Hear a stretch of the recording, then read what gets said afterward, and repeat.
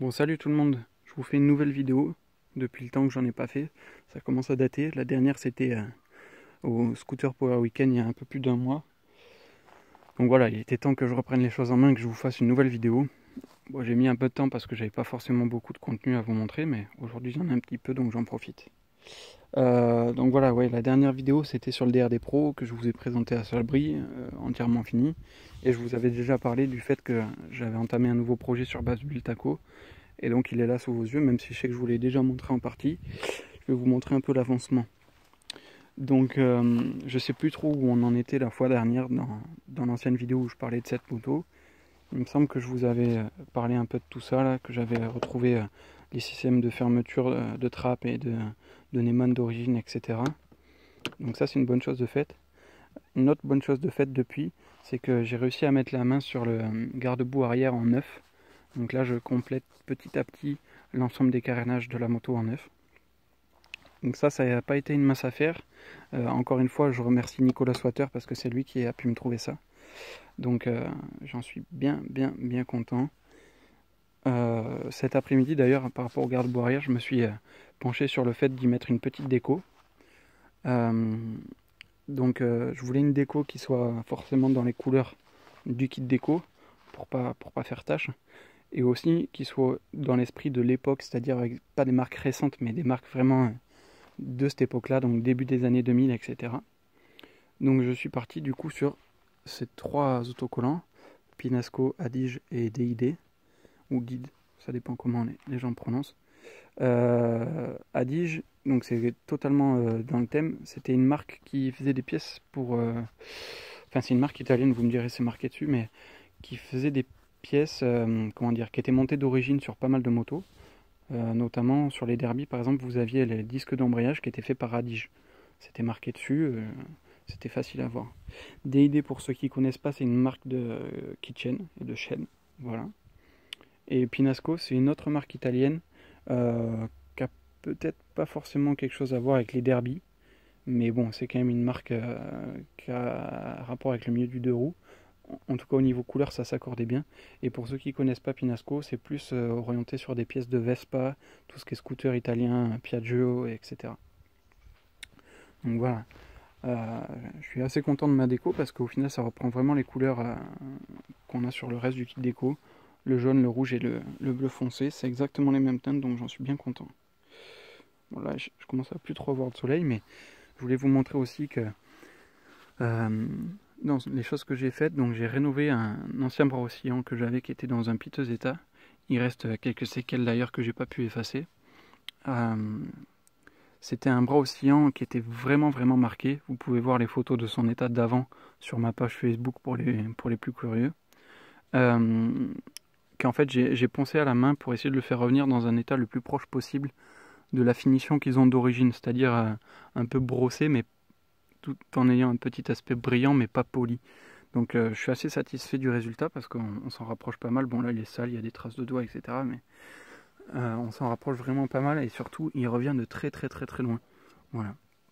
Donc une fois que ça s'était fait, j'ai recollé la déco d'origine du Brossian en neuf que par chance j'avais de côté dans un kit déco. Donc j'ai pu remonter ça.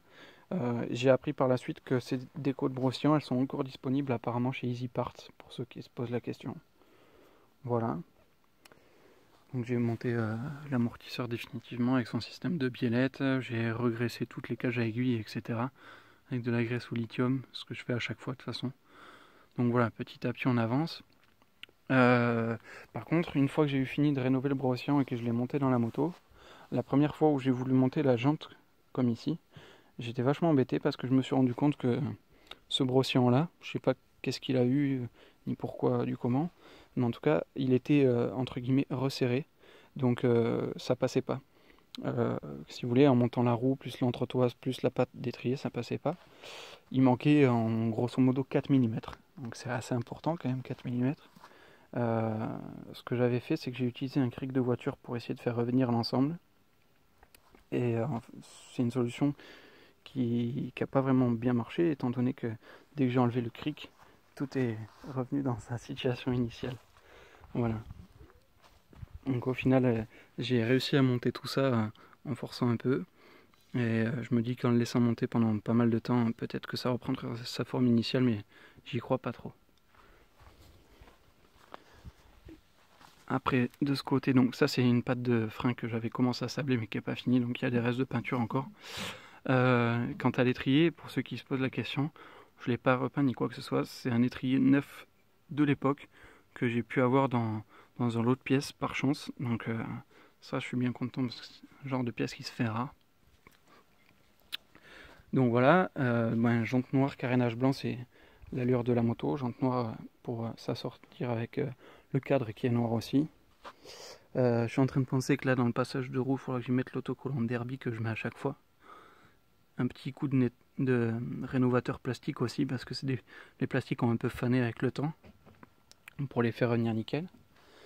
Et une question que je me pose aussi en ce moment, c'est au niveau de l'avant, qu'est-ce que je vais mettre? C'est-à-dire que j'hésitais entre soit la fourche de Bultaco d'origine Marzocchi en simple disque, avec une jante anodisée noire en simple disque de DRD, soit mettre une fourche de DRD 03 en double disque avec la jante anodisée noire de double disque. Et je pense plutôt partir là-dessus parce que j'ai les deux éléments, la fourche et la jante double disque noire. Alors que à l'inverse, pour les éléments de Bultaco, j'ai ni l'un ni l'autre. Donc ça retarderait un peu le projet, à savoir de trouver les pièces, les trouver en bon état, etc. Chose pas facile. Donc voilà, bon, petit à petit, ça va se faire. Là, j'ai trouvé hier sur le Bon Coin la selle d'origine qui va avec ce modèle de déco et la plaque phare aussi. Dans son jus, la plaque phare, elle sera pas neuve comme tous les carénages que vous avez là sous les yeux. Mais on verra si on arrive à la rénover un peu. En tout cas, il faudrait déjà pour ça que le gars qui a fait l'annonce me réponde parce que pour l'instant j'ai envoyé un message mais sans réponse. Donc on verra bien. En tout cas, si j'arrive à avoir ça, ce sera vraiment bien parce que je pourrais vraiment avancer dans le reste du projet. Il ne manquera plus grand chose une fois que j'aurai la selle et la plaque phare.